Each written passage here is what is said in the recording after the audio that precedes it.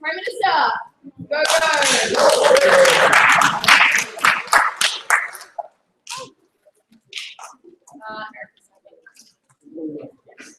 Right.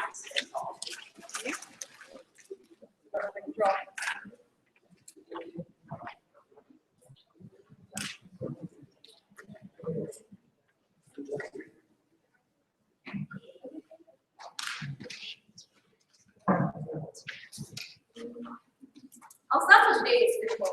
We believe that what's most important is full representation of everyone, even if let's say in states where the demographics is slanted towards one political idea, and what we also want is one to increase political empathy.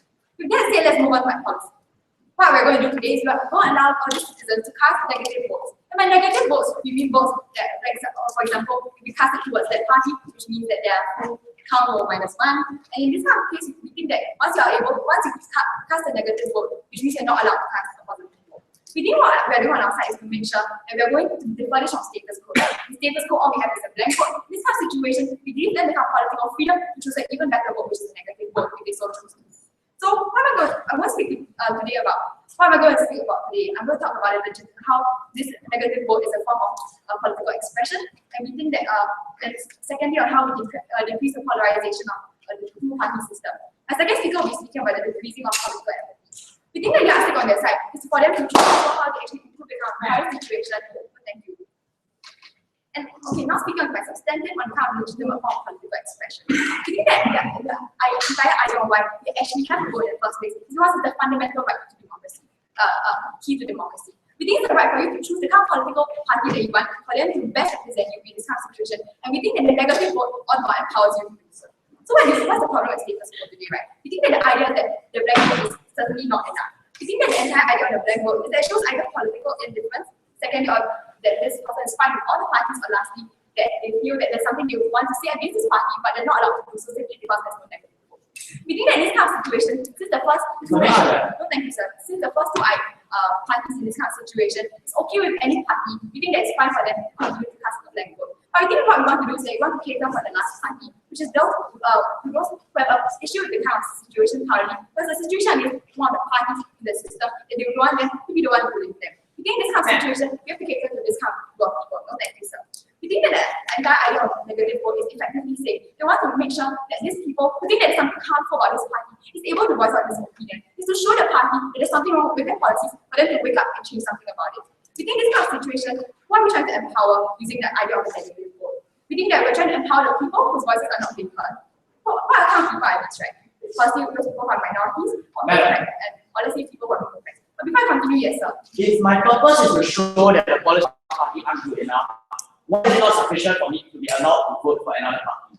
We think that, okay, in this kind of situation, just by saying that I may be displeased with one party's policies, but that doesn't mean that I agree with other parties' policies, right? I think that in this kind of situation, when I cast a negative vote, I mean that especially this party has something wrong about their policies. Doesn't mean I agree with other people. It's like I said, okay, now I continue on to my substantive. We think the entire idea of why we need to actually make these voices heard in the first place is because many of these politicians feel like they don't need to cater towards this people. Simply because, let's say, they're too small for them to notice, or simply because they think that having to compromise to make sure that they fit in these people is certainly going to lose the number of votes that they get from the majority.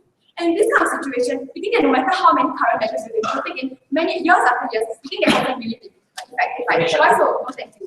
Why so in this kind of situation? Because many of these politicians think, oh well, it doesn't actually affect my voting system, it doesn't actually affect the chances of me getting re-elected again, so therefore I don't need to make a difference, right? I don't need to actually cater for this. I think what are we going to do in our side? We're going to make sure that it makes a difference. We think that in this kind of situation, it directly impacts the number of votes they get. It actually directly impacts the next term, whether they're going to be elected in the next term. But in this kind of situation, we're making sure that the minority voices get heard. No, thank you, sir. So let's move on to my second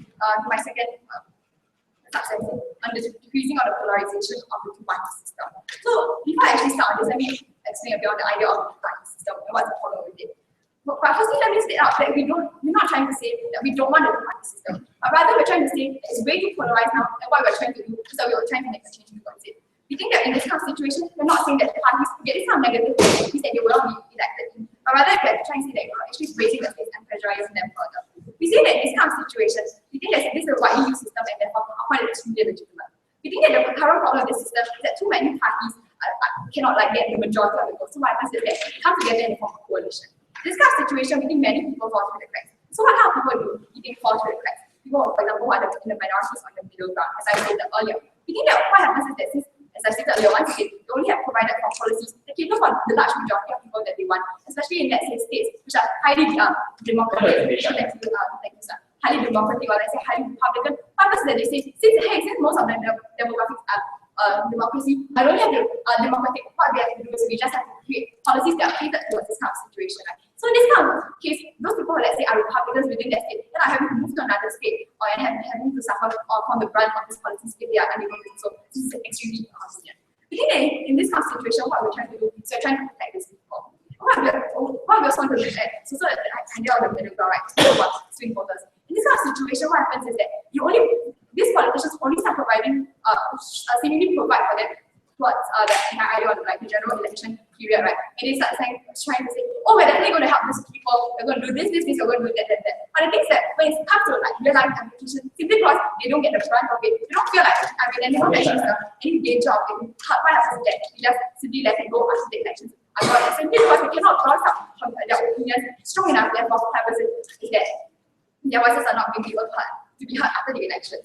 Within this kind of situations, what we're trying to do is that when you have this kind of negating vote, when you have a large pool of people who have this kind of negating vote, it's a big enough population for you to end up getting hurt, right? For the politicians to actually open their eyes and start to say, hey, I need to change my policies in order for me to win more votes because my seat is being threatened, right? In this kind of situation, when we give pressure to this kind of politicians, what happens is that we make sure we have more central policies to be able to provide for a larger group of people. Because ultimately, like what our main aim is to have full representation, right? We think on our side, we better try to achieve this kind of idea of full representation. Make sure nobody falls through the cracks and everyone's able to be generally catered for within the country, and they don't just have to be simply because they think that policies do not cater to them. And in this kind of situation, all the more, what have we achieved today, right? Firstly, we think we have to try to have full representation. We make sure that no one in this kind of state have to feel marginalized and therefore have to change to another state. In this kind of situation, more so what happens is that we give them this kind of right, the freedom of expression, right? Be able to express that if I don't like this state, right,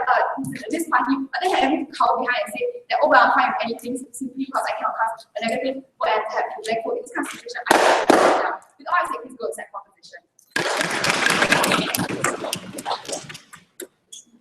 Thank you, Prime Minister. I will be the leader of opposition.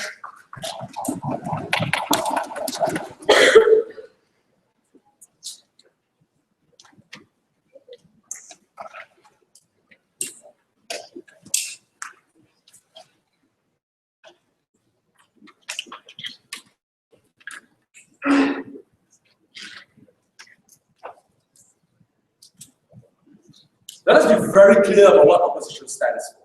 We will stay with status quo, where every individual has one vote and one vote. There will be no negative votes. It's all about, and these votes will be positive. We are happy to let individuals abstain from elections if they really decide that their political party is there and they're grateful. If they want to have this on paper, I'm more than happy to have none of the above votes just to show that these individuals just didn't agree with these people.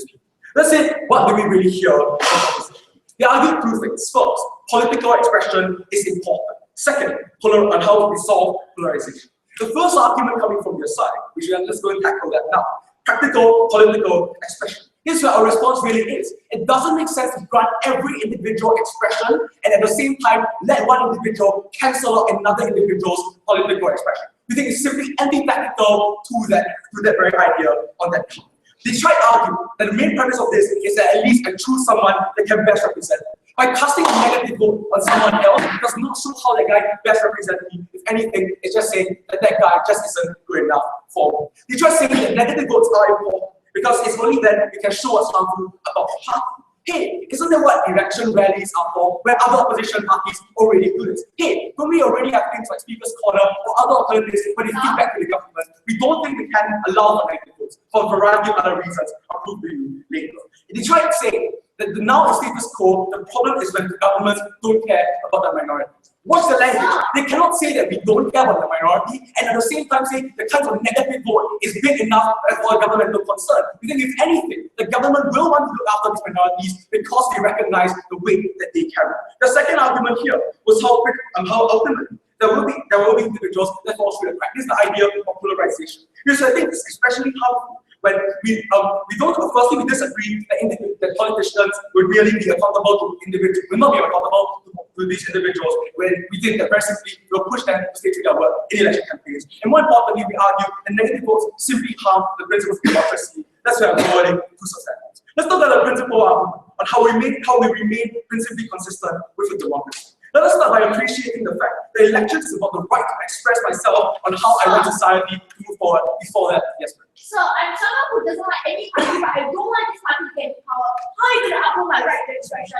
If you don't like a particular party, then we think it's especially damaging for you, and we think the best solution is to abstain. But it's especially damaging when what you do is you cancel out another person's vote, and what happens is some alternative party goes in. You may not have supported that guy, but if you vote just because you didn't like the guy, that's not how society progresses, because we can very well have a harmer, a worse government. Let's talk about that later on. But principally, we think that it's important that everyone has one vote, no one more, no one less. And that's it. To say that a negative vote can now cancel one's vote is principally that because it cancels out another individual's right to expression, right? It's antithetical to the principle of democracy. Like 60% originally in our paradigm, 60% of individuals support the government. On their side, when they allow negative vote to exist, the kinds of percentage going to the government will be 60, perhaps minus 20%.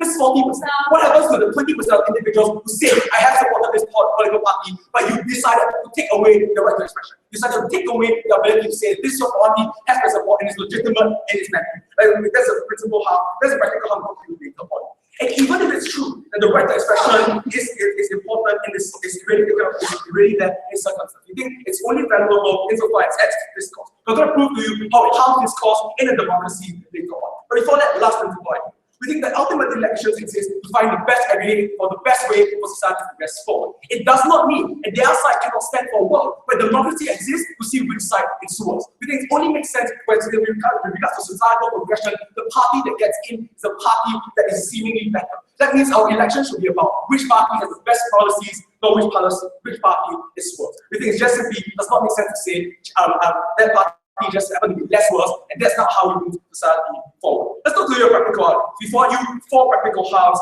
on their side. The first is that the people with a negative vote will essentially cut off votes which harm the electoral process. We accept and we agree that some individuals who have to vote cast negative votes are swing voters. There are some individuals who generally do not know which side they generally agree with, and that's why you are disagreeing of a positive vote in the first place. We think it's harmful when we allow them the ability to mess around in the system. How do they mess around? Let's talk about math. 45% of individuals support party A, 40% support party B, and 15% are just hanging. We think it's far better if we abstain and when we show that the majority of society supports the 45% of individuals and not allow their side to use this ability as a negative vote to cancel out for 50% of the 15 kinds of votes for the 45%.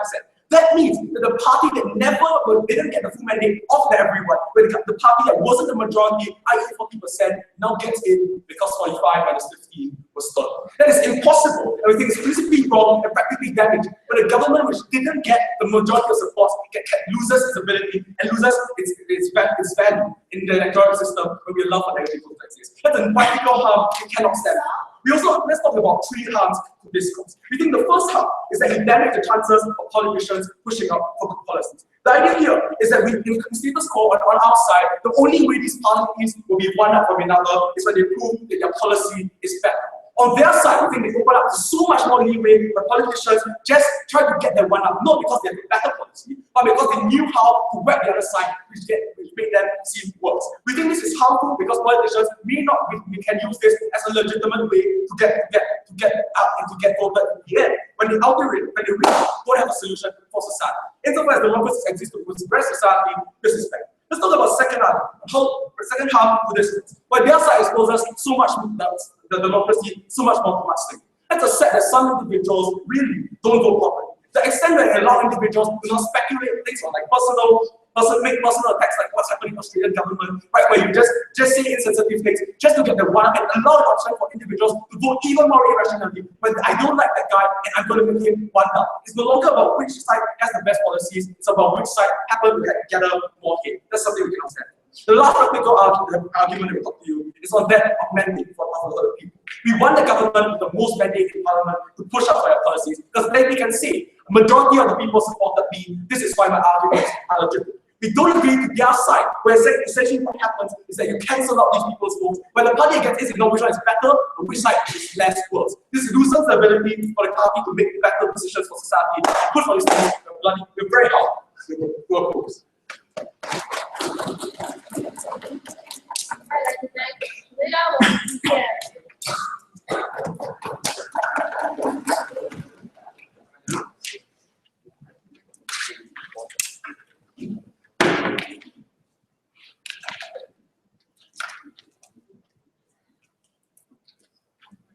We think that the problem today is when people don't like both parties, they are then faced with the false binary in which they have to vote for another party even though it doesn't represent their views. We think that in this case, if they see that a party is more harmful to their own personal interests, they therefore can and should have the right to be able to say that this party is going to harm me and my interests and therefore I don't want them to get into the government. And that is essentially what side proposition is standing for today.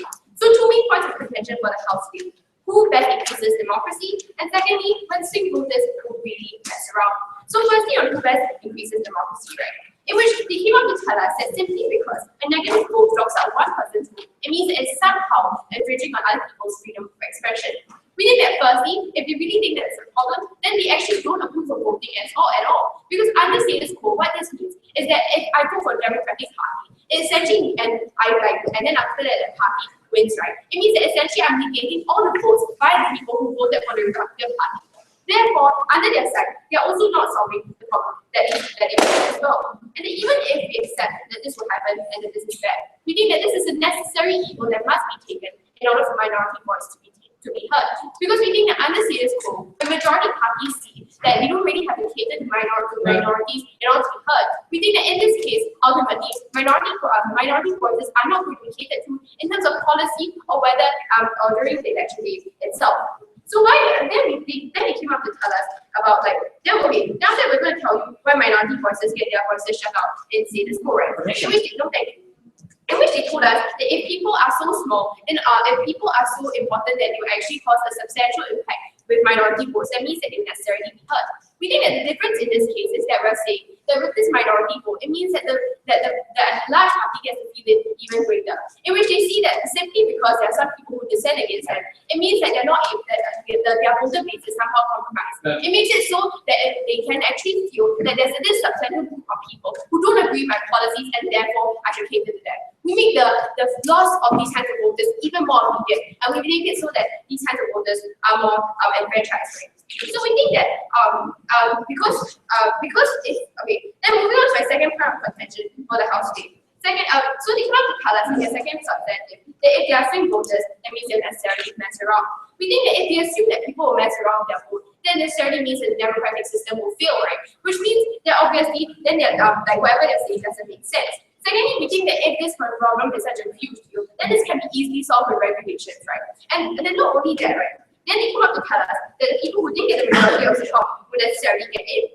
We think that if some minorities don't turn up or choose to cast a blank vote, it necessarily means that the majority of support that they so purport to be very good and very true, it doesn't actually exist. In which, because minorities choose not to engage themselves in the democratic process, it means that the kinds of majorities that are being elected in the government right now are not even legitimate at all. And we think that's a huge problem, which is what negative votes are trying to solve today. In which that if there's anyone that's elected in the government, even though it's by a smaller majority, we think that in that case, it means that at least the minority voters are getting their voices heard and in government today, as opposed to them simply abstaining and not getting their voices heard at all.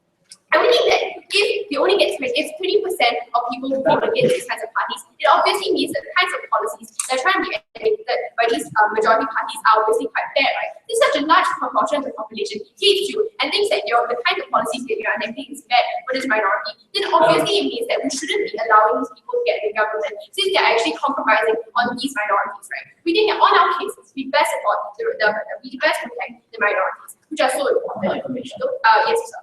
If minorities truly believe that both by one side is bad enough for them not to vote and yet want to show a clear stance on which side is worse, why wouldn't they vote for another party recognizing that the effect of the total vote tabulation on your side is exactly the same?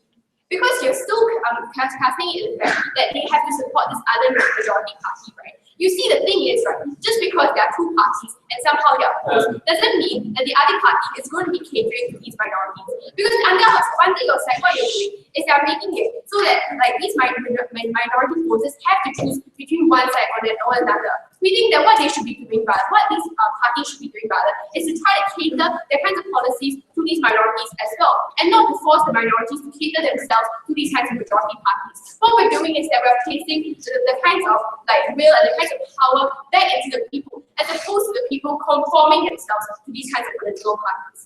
So moving on to my substantive for today about how we decrease political apathy. We think that the problem today is that people feel as if they shouldn't care about politics, since they think that their views are not going to be represented anyway, right? Since you tell them that if you don't agree with anything, why not just cast a negative, why not just cast a blank vote, right? Which means that, like, obviously, their vote is not going to make any impact on the election at all. That these kinds of minority voters think that since that if they don't subscribe to the ideologies of either parties, then there's no point of them voting or no point of them turning up.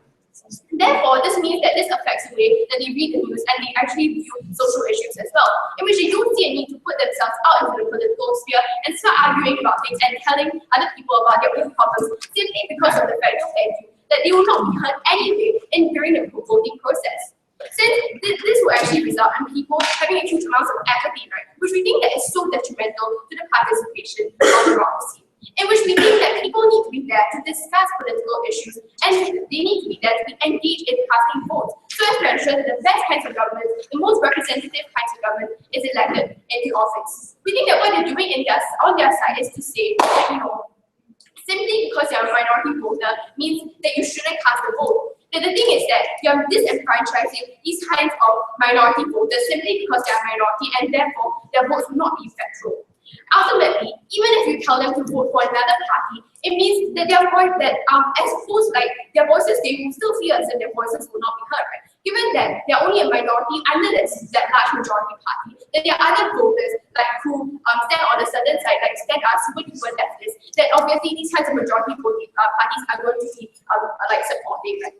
Which is why we think that ultimately, regardless of what they do, unless you create a negative vote for these kinds of individuals, that disenfranchised individuals and people who are minorities under status quo will feel as if there's no point in them participating in democracy. And we think that's a huge problem that side opposition is not doing anything to solve. So if all say, please go with side opposition. Okay, I'd like to begin here. I'm welcome to Taylor. Everyone in front of the audience to please be quiet or quiet. Okay, good.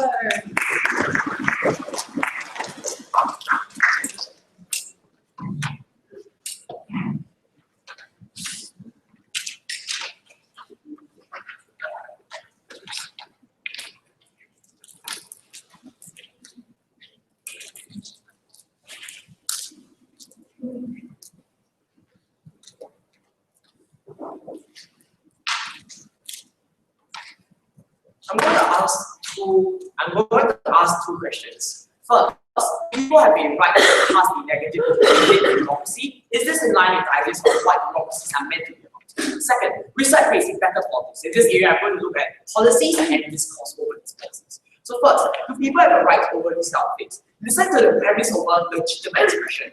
I've been right to decide who can represent me the most. Casting a negative vote does not allow me to show who represents me the most. At best, it tells me who represents me the least. So their side doesn't even achieve their own premise. More importantly, they say, I need to be able to say that these policies will harm you. First of all, the question, why can't you do so with a blank vote? They told us, oh, but I'm part of this one minority of all the people who casted a blank vote. This is actually false and that's policy doesn't solve it, right? Because presumably if I cast a blank vote, I'm just one of the minorities that voted against the Democrats. So the second speakers of scientific doesn't really prove why the side is better, because I'm just one of those people who casted a negative vote anyways. My idea as to why I casted is not even true. But more importantly, it's false that I can't tell people that your policies are bad, right? There are things like meet the people session. There are things like campaigning, elections, political debate, areas and platforms allowing me to voice out why these policies are bad. It's a lie that these people are shut out of the system. And more importantly, if your problem is about apathetic people, they need to understand how apathy comes from.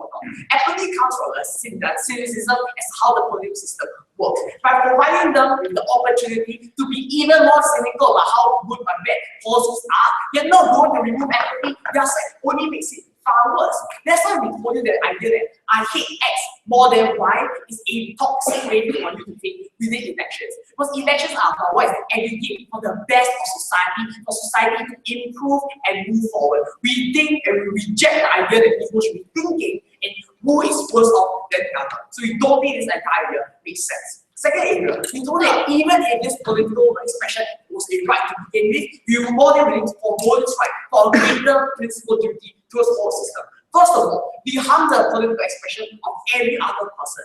At the point where I cut a 60% support to 40%, what happened to the 20% of group of people? What happened to their right of political expression?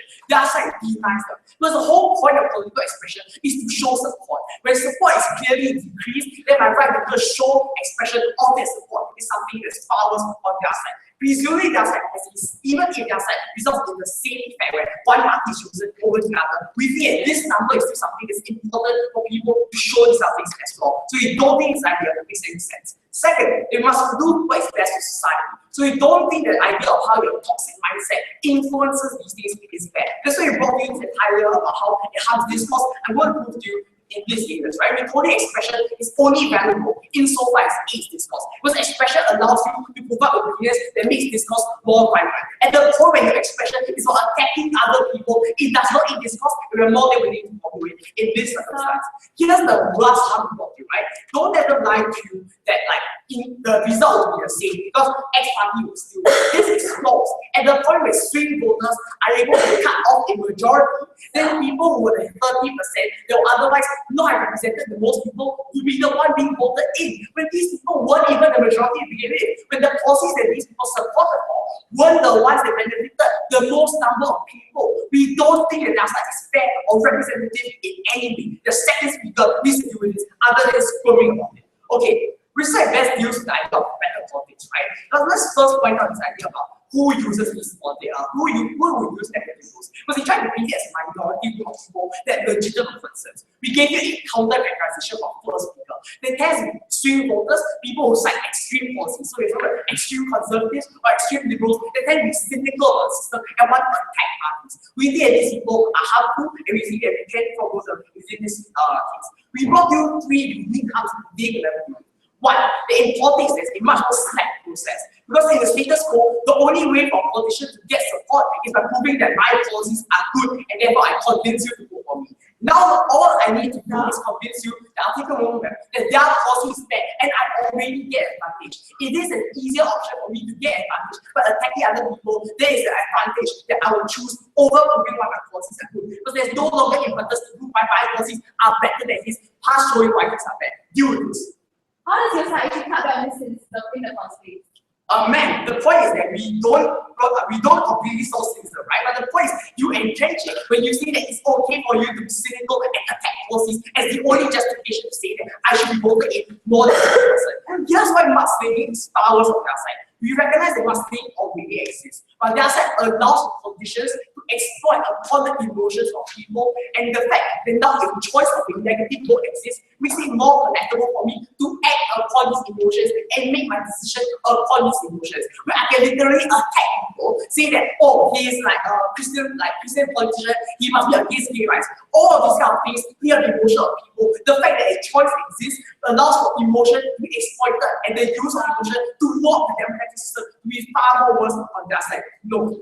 Last idea about mandate. So you recognize the other side of mandate is that there's maybe at best a lack of mandate because less people vote for you within parliament. But this is a comparative that's far better than a negative mandate on their side. Because with a lack, presumably a lack of mandate, we can at least say potentially these policies may benefit you. But a negative mandate is one where you literally say any policy that the Democrat passes is one that is harmful, is one that is bad, is one that will disenfranchise you. This is just factory force and harms the ability for the majority government to push out policies that are in fact truly harmful. But more importantly, and this is where my extension of the Euro comes in, we don't think that side allows for minority groups to benefit at all. Because first of all, we think that politicians in this status quo already feel a threat at the point where I can vote for someone else, right? And many small parties tend to capitalize on minority causes to pose a threat to incumbents. So expose the minorities to the same. But if it's true that these minorities were minorities, then negative votes have extreme marginal effect onto the ability for me to get the incumbent. That's does nothing. But what is the benefit? We think a two-party system is one that is good. So you don't think that just because one party should dominancy within parliament and therefore have the ability to decide every single policy for the rest of society. Why? Because you think that debate is an altruistic good when it comes to policies. Then more debate and more discourse about certain policies make sure that policies improve. We're not saying that we ensure that whether good policy or bad policies happen, but at least we can add more clauses to these policies to improve, and this is something that does like that. But if it's true that DAO is against representation, then artificially removing one party for a negative vote harms representation as well. So if one party insists on that side, does not put their representation. For all these reasons, we are very proud to stand in our position.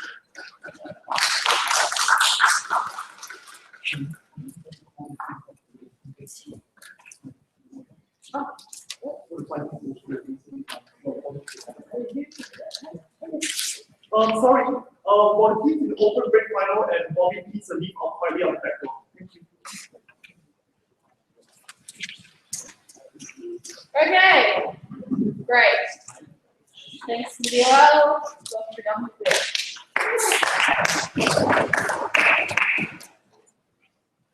We think that the problem with side opposition is that fundamentally ignore the nuance of our case. What we were saying is that we have a majority or many voters in our current age, whereby they don't exactly support the two parties that are in the system. But they probably vehemently agree with one party, and this party's policies are going to affect me in a way that is negative to me, that's harmful to me. I don't want this party to get into power. The problem in our case is that these people and this group of voters are fundamentally now ignored in the current system where you're only allowed to cast a positive vote. But the fundamental assumption of the positive vote is that you must support one party. And it alienates people who don't have a fundamental stand towards any of these two parties, but just don't like one single stand of this party. Really, what we want to do in this case is to empower these group of people, especially since what we want off the ballot box, is to empower the most number of people as possible to choose policies that they think vote best represent. This is the nuance of the case. They're fundamentally ignored. But everything on that count, we really want to speak. The three questions I'm going to deal with today.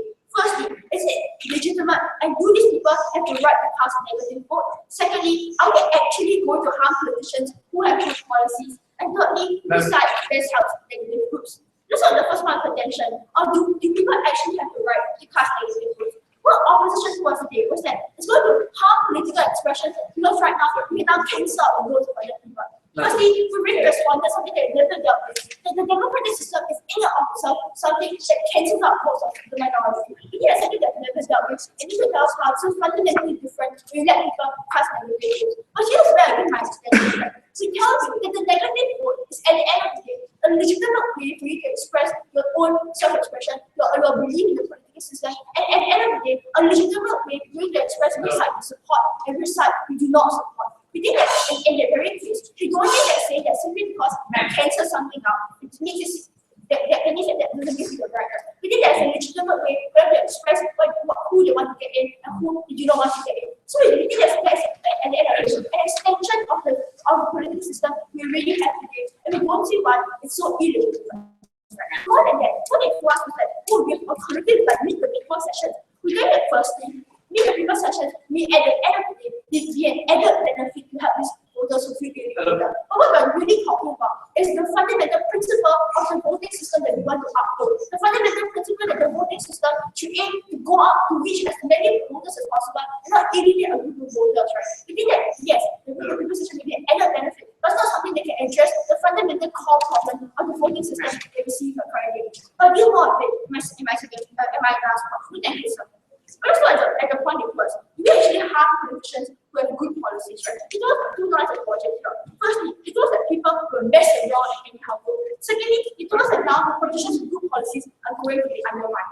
Firstly, on either messing around, we think that people already have a vested interest to vote responsibly in a democracy. Why so, right? Because you know that whoever gets into power is directly going to affect your welfare and what policies are crafted in the future. So we think that the way people act will vote responsibly simply because it affects their own interest. We don't think that people are going to mess around when they talk about, right? But more than that, because we are actually doing the point that's people being cynical and what people will vote more responsibly when we give people the negative vote. We think that the problem to our status quo is that when we don't give people negative votes, and this group of people is going to be alienated. This is extremely cynical because we feel that we don't have a say in the democratic system. The democratic system cannot them free. And this is where people may increase the propensity for people to anyhow vote and just mess around and cast a vote because they simply don't care enough about the voting system, find that the voting system is not doing enough to represent them. So when we allow people to cast negative votes, it's like we tell people, we're not representing you, we're giving you a chance and a voice in the voting system.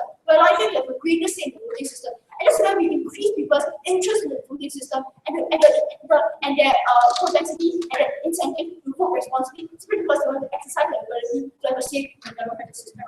And so that's where I get the idea of the whole cynical point. People are cynical simply because they're like, they don't care. They don't care because they fundamentally they feel that they're alienated and they don't feel that the political system is sufficiently representative. This is the point we need to do. So next point, are you going to negate good politicians for good policies, right? That's not the idea of a good policy. First thing, you never know what a good policy is. Actually, I'm going to tell you what a good policy is. A good policy is a policy that can represent the majority of people. Because that's what we want in the democracy. We want policies that can represent the majority of people, but everybody feel that their welfare is going to be taken care of. And here's where we solve 2 points in the democracy and directly to their rights. Firstly, the main problem, right, is that now politicians can leave with 51% of the votes and they lose 29%. So when you allow people to, and they basically allow politicians to only cater to the majority of the people and not care for the 49% of people who are extremely important in society as well. What happens now? We will allow this 49% to negatively cast a vote and directly lose the number of votes from this 51%.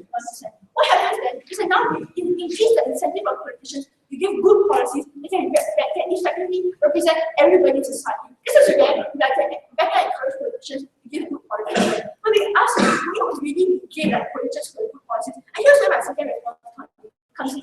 We know that so many people see that this policy is totally against their interest, and we actively show it when it comes to negative people against the policy. It obviously shows that this policy is not a good policy. Because so many people think it's against the interest that's going to harm them, right? We think that these are guidelines for people going anyhow to understand. So they have a perfect representation that people feel this is a bad policy, and they're actively empowering them to speak up about the bad policy to the better policy. On to my last point contention of who best comes with the minority groups. What it was is that the minority already has a say and politicians are incentivized to give them policies targeted to them. Firstly, we know that even we can accept that minorities already have some sort of say in democracy now. The problem is that the minorities do not have that much of a say that can radically change the result of the election.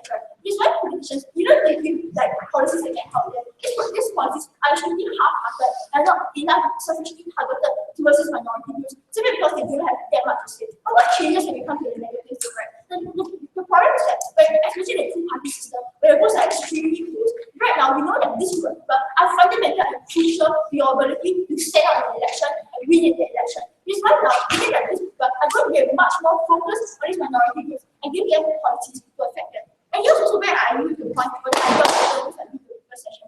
Sure, it's not only things that the politicians will do to make it seem as if they are helping these minority groups, but this doesn't mean that they're going to go out there and actually make policies that can actively help these minority groups. Because of course, at the end of the day, these people are a small minority, and you only give them a positive vote. They're not going to do much to sway them. But the only way you give them a negative vote will allow them to radically change the way and influence the way in which the two parties are going to play out. This is where they really matter, and this is how we can best incentivize politicians to make policies for other people. Before all that said, we best the democratic process go inside politician. Okay, let's take number whip. Welcome to the whip.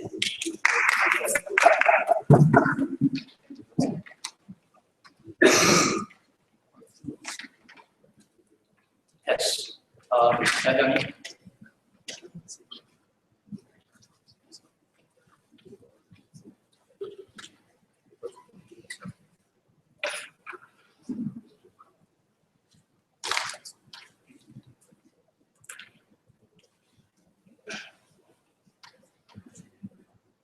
The problem in opposition, they don't understand that policy really doesn't do anything in a two-party system that all three speakers were only willing to talk about.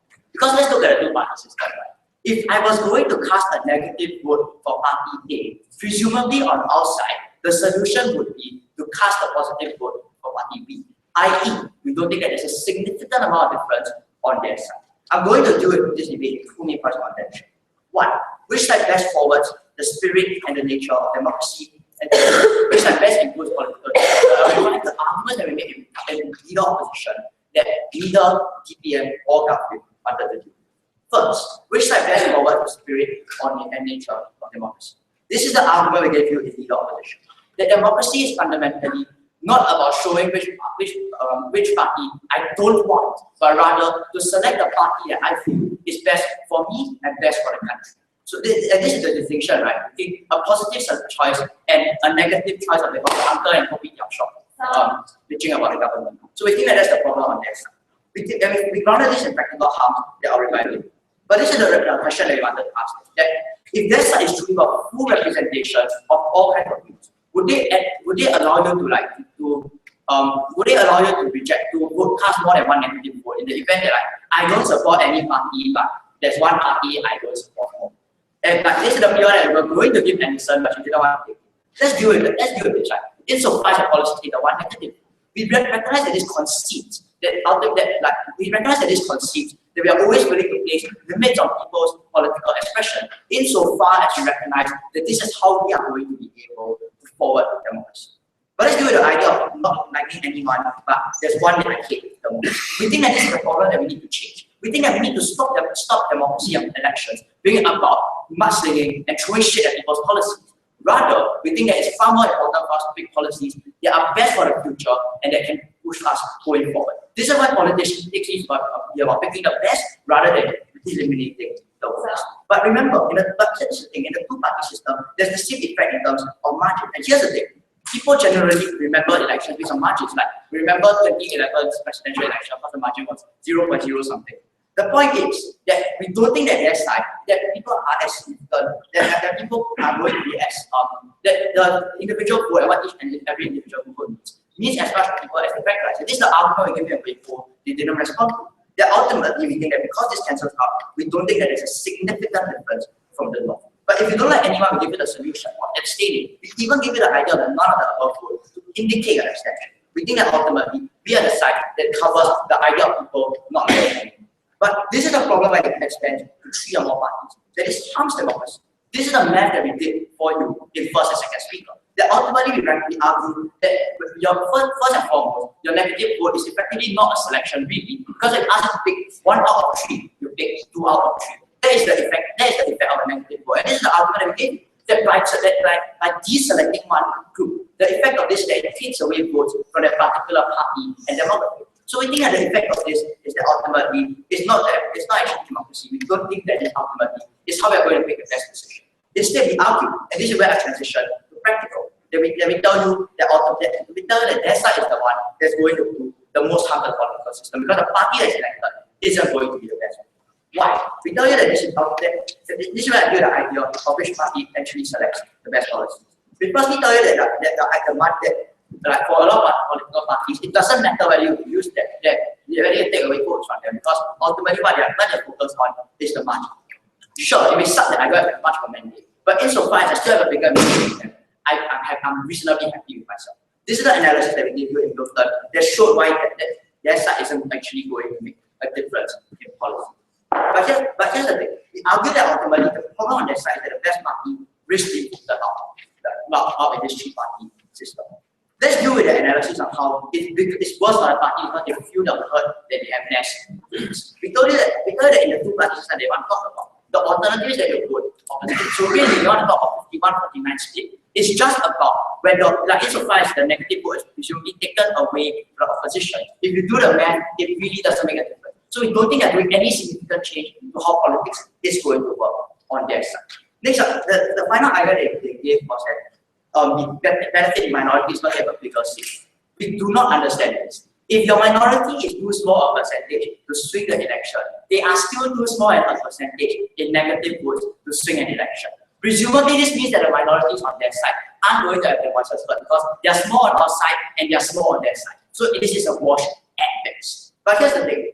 So we think that they don't actually benefit minorities. But insofar as the third speaker talked about focusing on majority and how we want opinions that benefit the majority, we don't really understand why minorities focus politics are still important on their side. But this is the response we gave you, that there are many other ways to push for this policy, to push for better policies that don't require us to eliminate the vote of somebody else. in an election. Because he told you that it's bad for your vote that you cast, take away the vote of someone else, that his vote is no longer important, I cancel it out directly, and this subtracted from the vote count, so it's no longer reflected. This is that's a hard that we give you, that my vote is no longer being recognized. But further, we told you that there are a lot of other alternatives, like how I'm able to, how within the electoral process, for example, if we are still going to care about people, talking about how good other policies are, then we are already going to be able to actually contest this. So then, if we want people to talk about how good other policies are, then it's all that exists on the other side. The next argument they gave us was that this decreases cynicism.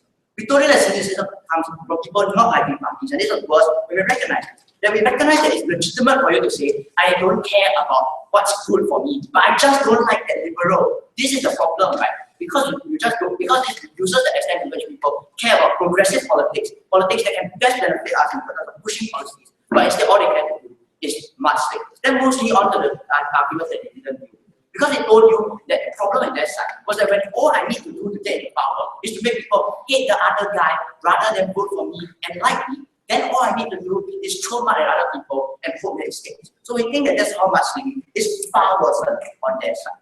Further, we told you that because instead of voting to give someone a mandate, and even if it was an opposition party, we tell you that the effect of which is that they take away the mandate of these parties. The effect of which is that they have far less legitimacy to claim to push these policies because of the problems that this raises in terms of how far you can claim the people's support. It's because of this that we believe outside the one that best forward democracy, and we are so proud.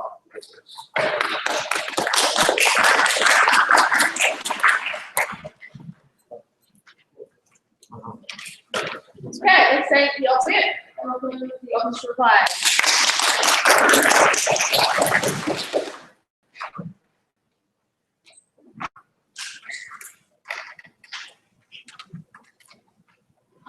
Really, the question that boils down to debate is, what do we want out of democracy? Because presumably the other side wants a democracy where people can attack each other, where people can say, your policy is bad, therefore I shall have advantage over you. We reject this. We think that democracy is about improving society, coming up with better policies, aggregating what is best for society, the best governments and the best policies. Having discourse centered around which policy is worse, which government is worse, which party is worse, does not achieve the goal of improving society as a whole. At best, does not only remove certain harms, but they don't make society any far better.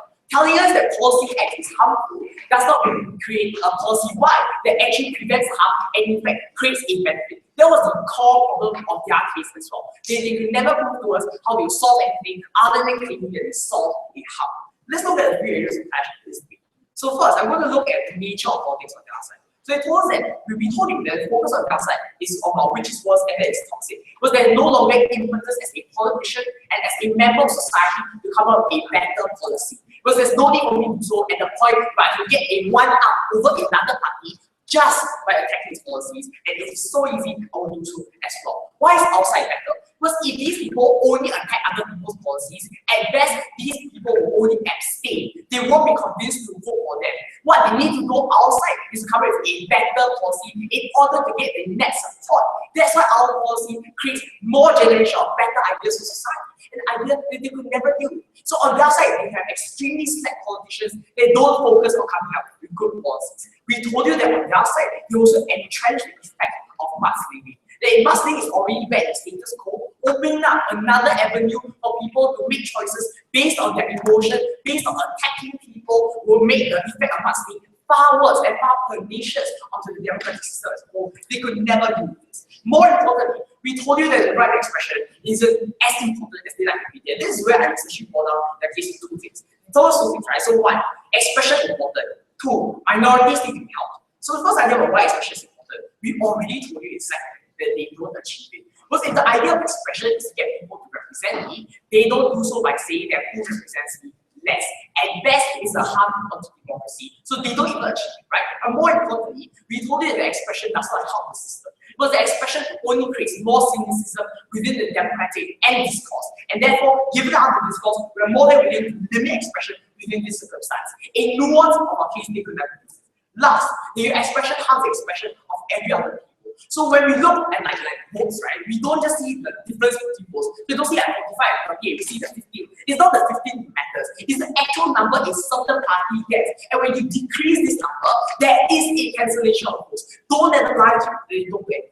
So this entire expression really doesn't matter at all in this way, because it's okay for us to do it. Last idea about minorities, right? So they told us that they will prevent minorities from being harmed, but they never told us why they will benefit these minorities. Because a minority is so influential through negative votes, then through positive votes, they will also be extremely influential, given that many small parties can capitalize on minority causes to fight incumbents as well.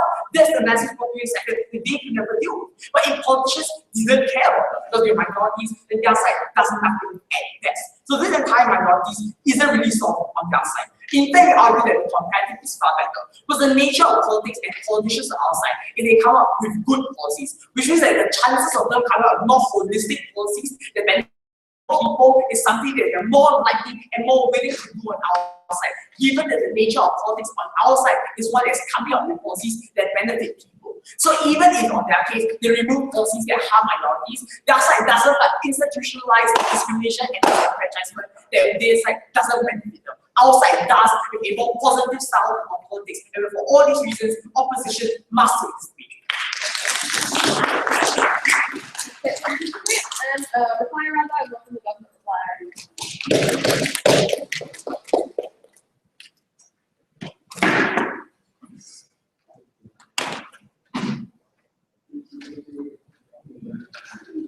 Look, they essentially come up to tell us that they want representation, that democracy is about representation, and yet they fail to engage us about how they're going to be representing the minority that they're going to ignore by simply saying that their blank vote is somehow a representation of their ideas. We came up to tell you that this negative vote is the only way for these kinds of minorities to make their voices heard in this current day and age, something that they never really addressed, which we think is a problem, especially since they are opposition.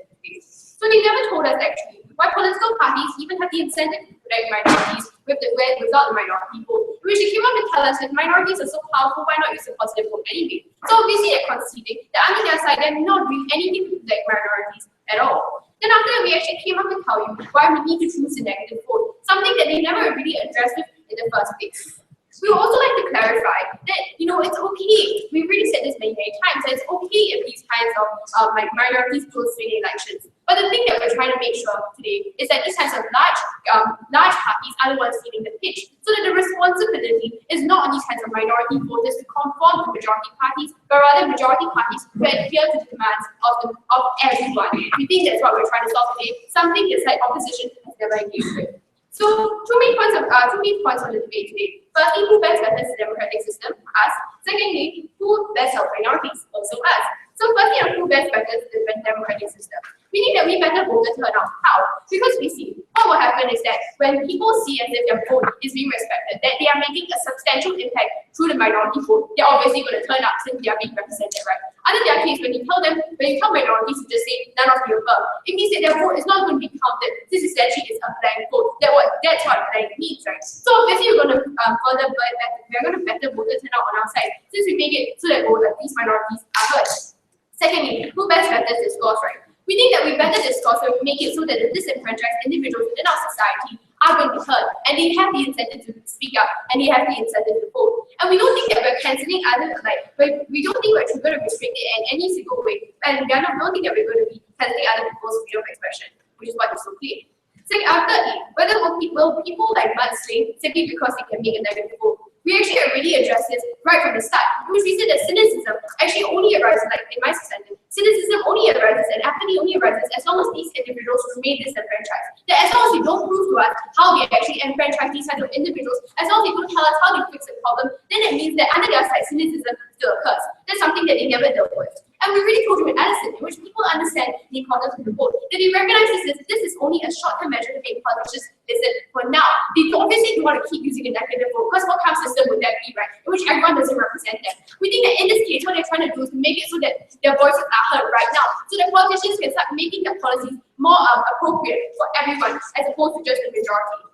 Okay, so on to the last point under the last tier about whether the negative vote infringes on the majority. We told you right from like right from me and Alison as well, that under status quo and under the democratic system, it means that if you vote for a certain party, it means that the other individuals who vote for another party, their voices are cancelled out as well. This is tension in their case that we never really address, and we think that that's a huge problem that actually destroys that principle. So on to my second point today about who best helps minorities, right? Which is something I think was very important. Because what we're doing is that we're actually giving voices to the kinds of minorities who are not heard under status quo. And this is something that they never actually make any attempt to deal with, right? Then the fact is that minorities aren't heard right now. So assuming that since they never actually contested that, we assume that they conceded, and since they conceded, therefore we win the point. Secondly, we think that minority votes are important, right? Because even if you have things like meet the people sections, in which minorities can help politicians that they have some problem, we think that this doesn't necessarily mean that the politicians are going to enact policies for the minority if they don't feel the pitch in elections. We think that ultimately these kinds of politicians care about votes, and we need these kinds of minority votes to make them feel the pitch. So only under such proposition are we able to better democracy and better representation. So with all I say, please go with that proposition.